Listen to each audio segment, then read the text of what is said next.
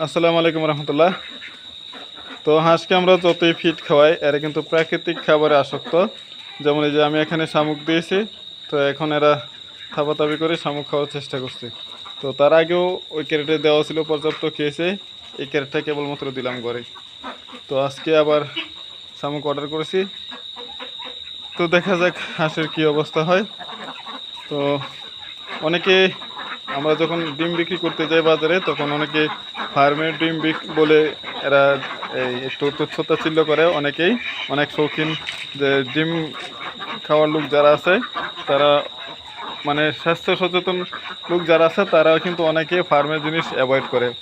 তবে কিছু কিছু ফার্ম আছে যেগুলো প্রাকৃতিক পর্যায়ে পরিচালনায় বেড়ে ওঠে, সেগুলো আসলে যে বাসা বাড়িতে 2-4টা হাঁস পালন করার মতোই বড় হয়।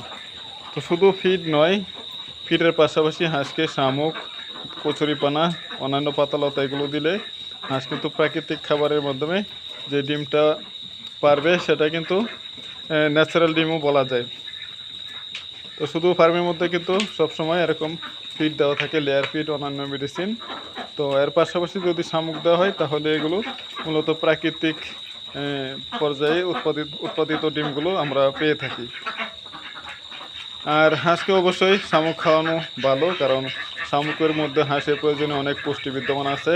বিশেষ করে জিঙ্ক ও অন্যান্য যে উপাদানগুলো, সেগুলোও কিন্তু শামুকের মধ্যে হয়। এবং প্রোটিনটাও, যেমন শামুকের মাংস আছে, শামুকের খোসা, এগুলো কিন্তু জিঙ্ক এবং প্রোটিন দুটোই, এর মধ্যে আরও অন্যান্য উপাদানও আছে। তো শুধু শামুক খাওয়ানো যায় না, কারণ শুধু শামুক খাওয়ালে হয় না, এদের দানাদার খাদ্য দিতে হয়। তো এই জন্য আমি লেয়ার লেয়ার ফিডগুলো ইউজ করতেছি। আর কিছুদিন আমি খাদ্য মিক্সিং করেছিলাম, ভুট্টা ভাঙিয়ে তার সাথে প্রয়োজনীয় মেডিসিনগুলো দিয়ে।